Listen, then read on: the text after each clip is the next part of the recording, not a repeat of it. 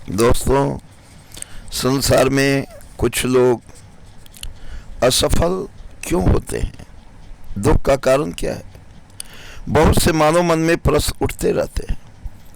Arnold Bennett ने एक जगह लिखा है कि जो आदमी यह महसूस करता है कि किसी महान निश्चय के समय वह साहस से काम नहीं ले सका, जिंदगी की चुनौती को कबूल नहीं कर सका, वह सुखी नहीं हो सकता। बड़े मौके पर साहस नहीं दिखाने वाला आदमी लगातार अपनी आत्मा के भीतर एक आवाज़ सुनता रहता है, एक ऐसी आवाज़ जिसे वही सुन सकता है और जिसे वह रोक भी नहीं सकता। यह आवाज़ उससे बार बार कहती रहती है, तुम साहस नहीं दिखा सके, तुम कायर की तरह भाग खड़े हुए। सांसारिक अर्थ में जिसे हम सुख कहते हैं, उसका न मिलना फिर भी इससे कहीं श्रेष्ठ है कि मरने के समय हम अपनी आत्मा से यह धिक्कार सुने कि तुम में हिम्मत की कमी थी कि तुम ठीक वक्त पर जिंदगी से भाग खड़े हुए।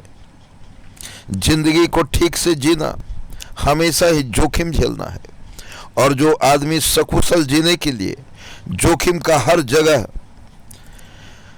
हर एक घेरा डालता है, अंततः अपने ही घरों के बीच कैद हो जाता है और जिंदगी का कोई मजा उसे नहीं मिल पाता, क्योंकि जोखिम से जिंदगी का कोई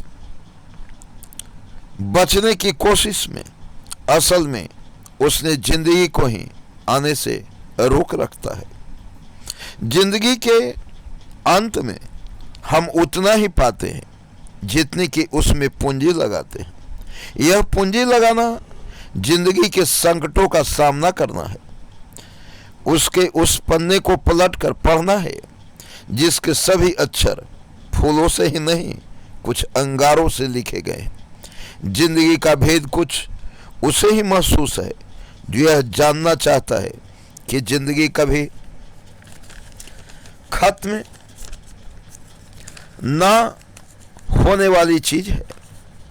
अरे ओ जीवन के साधकों, अगर किनारे की मरी हुई सीपियों से ही तुम्हें संतोष हो जाए तो समुद्र के अंतराल में छुपे हुए मौक्तिक कोष को कौन बाहर निकालेगा?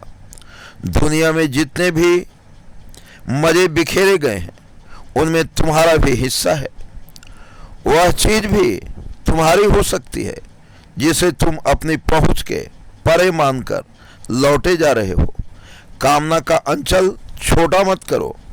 जिंदगी के फल को दोनों हाथों से दबाकर निचोड़ो। रस निर्झरी तुम्हारे बाहें भी बह सकती है। असफलता तुम्हारी भी सफलता में बदल सकती है और तुम्हारे मन में जो उदासी है वह खुशियों में बदल सकती है। जय हिंद दोस्तों।